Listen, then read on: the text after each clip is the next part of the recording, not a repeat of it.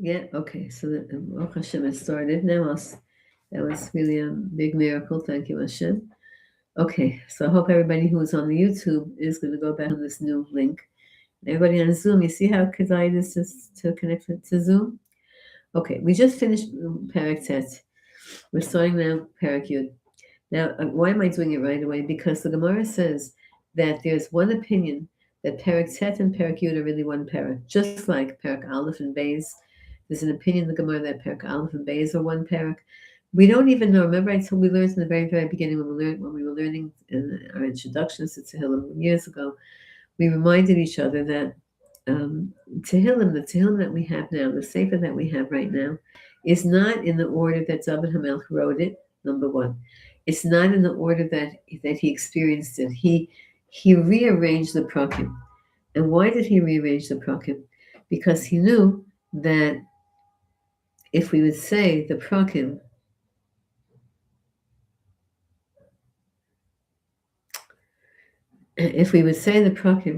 in the order that he wrote it in and that he experienced it in, if we would say the prakim like that, we would have too much spiritual power. The way the Gemara describes it is we would have the power to resurrect the dead. So we can't have so much spiritual power because we wouldn't know what to do with that kind of power. We would misuse it. We would use it for silly things. And so we don't even know if there's 150 prakim. According to the Gemara, there's 147. And there's a contraction between 3 sets of prakim that are written in 2 prakim, but are really one parak. And this is another one of them. Because you see right away, it's the same idea. Lama Hashem tamam merachok. A second ago, I said, Kuma Hashem, get up Hashem. And the same idea is flowing. So that's what the Gemara says. And also there's no introductory words here.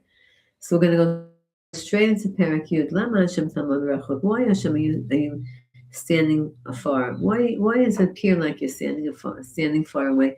Now, of course, Hashem is not standing far away from anything.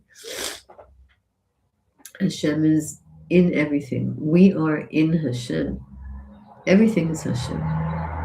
So what does it mean, Tamod Merachok? It means that we feel that Hashem is Omed Merachok.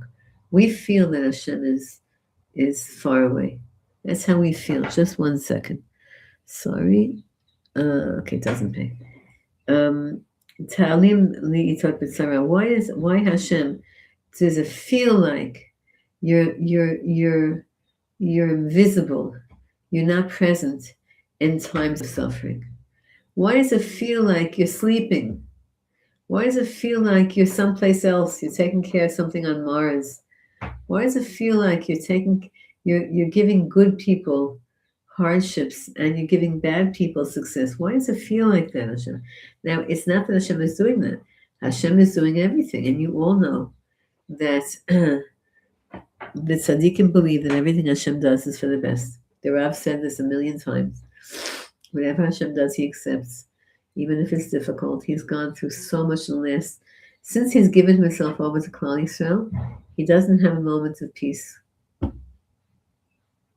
It's lo yu'man, the suffering that he's going through, but he accepts everything. He has equanimity. He has hishtavut. He conquered already all of those midot that we're still working on. He conquered them a long, long time ago. And so he says, okay, Hashem, this is what you want. This is what you want. Of course, we're going to say we don't like this. We don't want this. We're going to daven. But why does it appear like it's now daven? The Melech is saying here, I'm allowed to say towards my understanding of the world, why Hashem are you standing far away? Right? It's like you see a fight going on, and there's a strong guy or a police guy or a whatever standing from far and letting 2 people beat each other up. Like, why are you standing? Intervene, get involved, fix everything. Talim li'itot. The word talim means ne'elam. It means to make yourself hidden. Li'itot, the word 8, ayin tav. I want you to learn a little bit of Hebrew. Ayin tav means time, like ata, ayin tav hey. Aleph tav hey means you, ata, like Baruch ata Hashem. And ayin tet hey, ayin tav hey means a time like bi'ita Achishena. In its time, I will speed up the Mashiach. So why are you standing from far, Hashem? Please. The Gavat Rasha, you see the Gaiva of the Rashaim, you see the pride, the arrogance of the evil people. And Yidlakani, they're running after the poor people. What are Rashaim? Did you ever see policemen? Policemen have, there's two different kinds of policemen. One of my students, he should be blessed, he's a policeman. And he's a policeman for the good reasons. He's an America policeman. And he's a policeman because he's one of these purists. He hates evil. He can't, he's a little bit ADD. Yeah? ADD, that's how you say it? And if he can't tolerate, he's also like he can't tolerate anything that's imperfect. And he became policeman to try to make justice in the world. But most policemen they want power. They like power. They like it. You see sometimes these policemen, women walking around. They like power. They like to tell you what to do. Okay, if they're motivated because they want order and they want everything should be misudar, good. But I've seen also British policemen were not very nice. I was once in the airport there, and whatever. All policemen have that. You can do it could go one or two ways. I told you once that one of my students wanted to become a politician, and I cautioned her against it, and she came back a year later and she said I was right. She was very, very idealistic, and she went to work in the office of one of the congressmen or senators, I forgot what, some guy like that. She was so idealistic, and she said, no, he's such an idealistic person. He wants to right all the wrongs of the world. Anyway, I said to her, keep your eyes big open, wide open. And she came back a year later. Here to Eretz Yisrael. This was she wanted to become a thing in America. And she came back a year later and she said, you were right. You can't imagine what's going on. Never in my wildest dreams would I have thought that such a person who has such a persona and who appears to be so smooth and is so the opposite. Begavat Rasha, Hashem, take down the haughtiness of the wicked people because Yidlakani, what are they doing? They're running after the poor people. Let them get caught in exactly the plot that they themselves have put on other people. Now again, I hate to say this, but it's something that you should know. So there's somebody who was devoted his life. There's a person who's on one of these virtuous committees. Okay, you don't know him, and I'm not going to say his name. He lives here in Eretz Yisrael, and he's on one of the committees that's supposed to be searching for corruption and not in the political world, but in the religious world, in the Jewish world. And he decided that he's going to run after the Rav. And he's been for years trying to find something bad to say about the Rav. Why? Because this particular man, is jealous of the Rav for many different reasons. Anyway, and we all ignored him all the time. But he has a big mouth, and he has TikTok, and he has all these things. There's a few of them. There's a few people working for him. This particular man was just fulfilled this pasuk.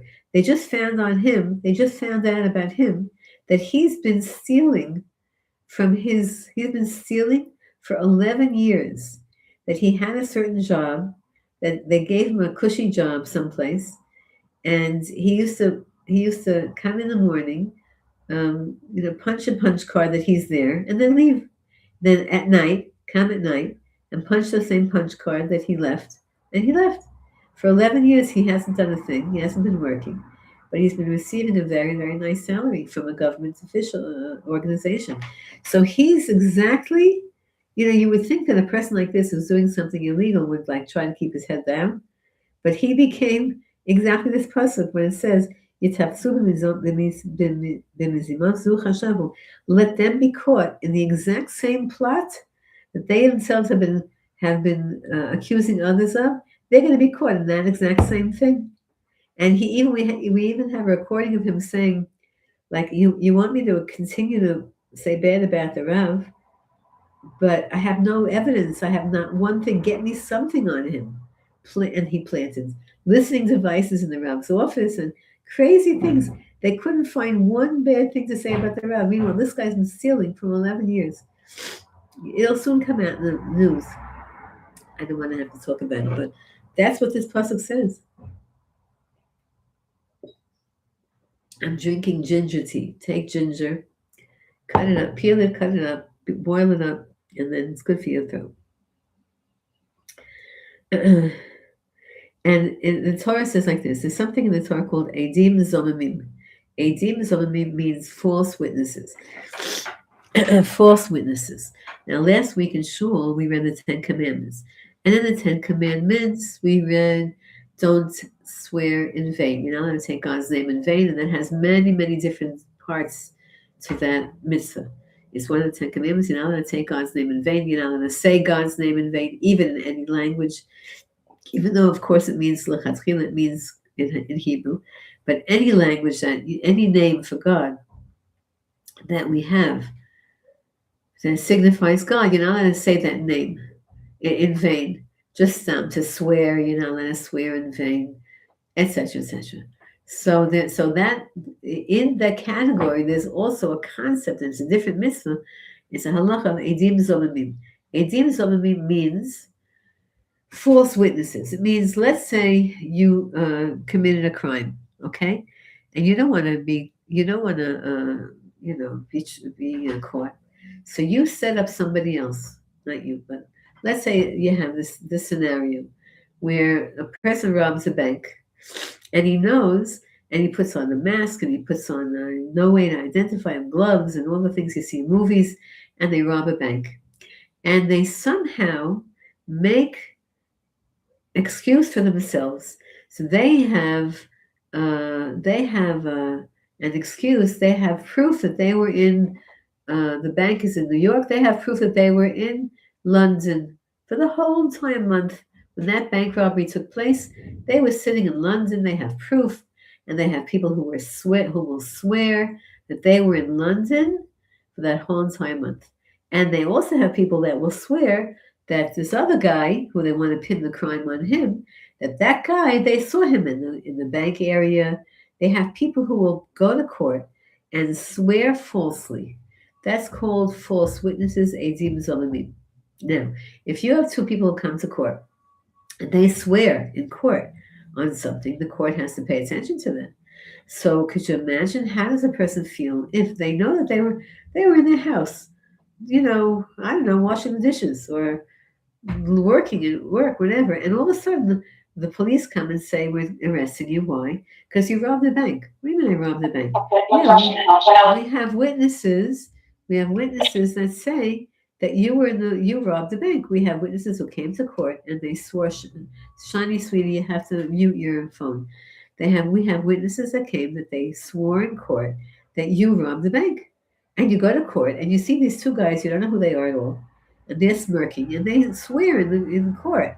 They swear, and if it's a bezdin, a Jewish court, they swear in the Jewish court that you were the robber. Now, and they swear that this other guy who they were suspecting was in a different country. Now, what are you going to do? They swore, and they swore in court. So there's no way that you could prove otherwise. That's called edim zomimim. Now, Hashem is in charge of everything. As we know, even this second, Hashem is showing His will, and He's in charge of everything.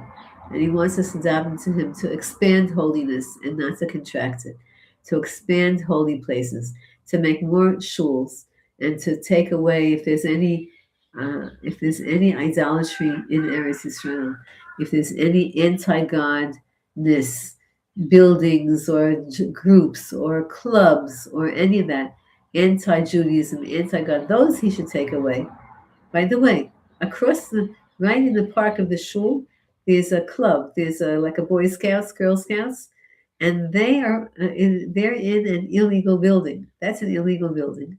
The shul is a legal building. That's an illegal building, and they're anti-God. They meet on Friday nights, and they have their. It's sad what they're doing to children, because this is it's like a youth group. It's like in the olden days how Tuma should be contracted and destroyed, and Kedusha should be expanded. So Hashem, he knows that this is a false witness. So what does he do? He brings other witnesses to prove that they're false witnesses. And they finally prove that these are false witnesses, and the false witnesses confess, and they say, yeah, that guy paid us to be false witnesses. So the false witnesses and the guy who paid them, guess what? They get the punishment as if they get the punishment of the person that they were trying to set up. So if for example, the crime, let's say the person who was accused of robbing the bank, let's say they were going to get 25 years in jail. So what's the punishment of the false witnesses is they get 25 years in jail. Exactly what they accused falsely, that's the punishment that they get. That's what the pasuk here says. Let it be that that part of the Torah is fulfilled, and the people who are doing bad, they get on them instead of on the people that are doing good. Begavat rasha yidlak ani yitafsu b'nezimosu chashavu. Ki hillel rasha, because the rasha brags. Hallel, right? You know that word Hallel. What's the rasha? What are one of the many things? How can you tell who's a rasha and who's a tzaddik? Tzaddikim are humble. They don't tell you all the mitzvahs that they do. They don't blast and broadcast. You know, they don't put their his bodidus on live TV so we should see how. They don't do that. They're humble, they're quiet, they hide their greatness. But a Russia is Hillel Russia. He is boasting and bragging all the time. I remember, I never do politics. I don't listen to any of the politicians. But I remember one time someone sent me, maybe on Alan Silver News, he sent when it was the elections, and I forgot whether it was the Trump elections the first time or the second time, I forgot. And I listened to about 2 minutes before I shut it off of a debate between these two politicians, and I couldn't believe the amount of arrogance in 2 minutes. How he pumped himself. I don't remember who it was. One of them pumped himself up and put the other guy down. The other guy pumped himself up and put the other guy down. This wicked person, he's bragging. He's going to the newspapers and he's having press conferences and all of that. Because what does he want? He wants taiva. Tavat nafsho. He wants what he wants. He wants power. He wants money. He wants control. He wants drugs. He wants pleasure. All the taivas. That's why he's bragging, because he wants to have more taiva in his life. What do tzaddikim do? They stay humble. They run away from taiva. They run away from anything in this world. They just want to help people. They just want to help, and they give their whole life to helping people. Look at all the people here who are here on this year. Look at Rebbe Dove. She gives her whole life away to help people, right? I know she's not going to like this, but I'm going to say it anyway. She gives her whole life away to help people. She does above and beyond. All of you here, every one of you that goes to these chesed organizations, and then all day long you're saying tehillim for people, and you're sending names to people, and you're sending chats, and you're doing it. And also you also have a life, by the way, but you don't pay attention to your life. You pay attention to other people's lives because you want to help them.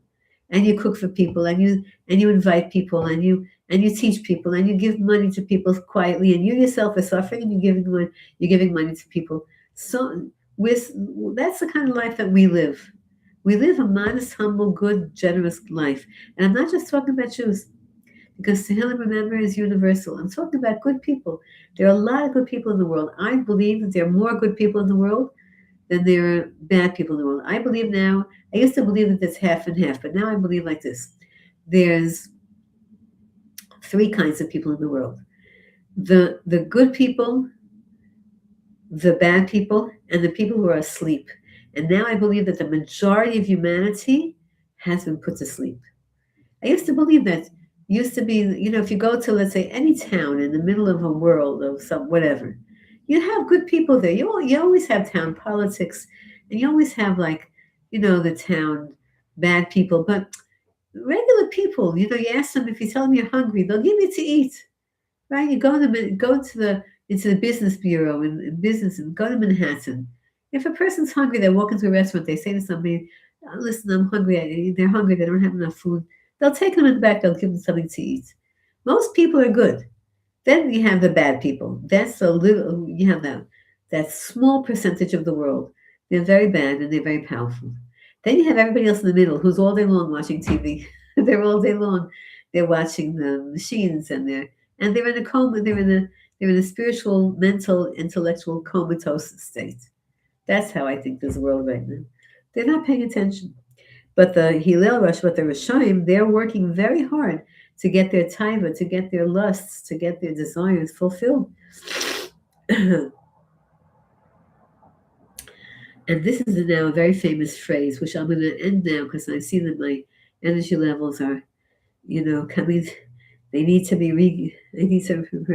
But say I'm going to start next week with this pasuk again, okay? But I'll just say the words. Botzea, Beirach, Beirech, Yetz Hashem. You have a botzea. Botzea means a thief, and he makes a bracha, and he's davening to Hashem, and that itself is a desecration of Hashem's name. He's making a joke of Hashem. He's saying, Hashem, please make me succeed in this crime that I'm about to do, because everybody rationalizes. Even the people who are doing what they're doing in Rishon right now, they rationalize. Okay, ladies, I have to stop right now. I'm going to ask you to please say special tehillim for the Rav today in his shul. Chapter 13 is very short. Pay attention to the words. You'll see what I'm talking about. You're very welcome. I just said that to the people on YouTube who are sending them all these notes. Let me just ask you on YouTube. Who's there on YouTube now that I can talk to? The one from Australia. Could you tell me when the other YouTube went off? Just type it to me in the chat. When the other YouTube went off, did you right away go to the new YouTube? Like, how'd you do that? That's what you explain to me what happened on the YouTube, because I don't see these things. I just saw like that it shut me off. Okay, the people on Zoom and really anybody listening to this, please say chapter 13 in Tehillim. And say it not just for the Rav, say it for all of goodness, for all of humanity, for all the good people who feel hopeless and who are just withdrawing into boredom and withdrawing into feelings of futility. Because that's how a lot of the people in I know a family that the husband, I know them, they're wonderful people, I know them. The husband was a teenager during the Gush Katif. And he never completely recovered. Now he's married with 10 kids, and he never completely recovered. Every once in a while, he goes into this, like, he can't tolerate when he remembers. He was one of these teenage kids who was idealistic, and the army is our brothers, and he's like trauma. He has this post-trauma, right? And every once in a while, and thank you, Nomi. And every once in a while, he goes into this mode of disbelief that there could be such negativity here in our own country. So please daven for all the good people in the world. Please daven that Hashem should please bring the Geula. Daven even stronger for the building of the Beis Hamikdash, for the building of all the places of holiness, for the opposite of what they plan to destroy. We need Hashem to build and build and build. And thank you for coming, and sorry for my voice, and sorry that I feel so yucky. And have a good Shabbos, and and what else? Be in touch. Anybody who wants to be, they can be in touch with me. And thank you. Thank you so much. Good Shabbos, and thank you very, very much. Good Shabbos.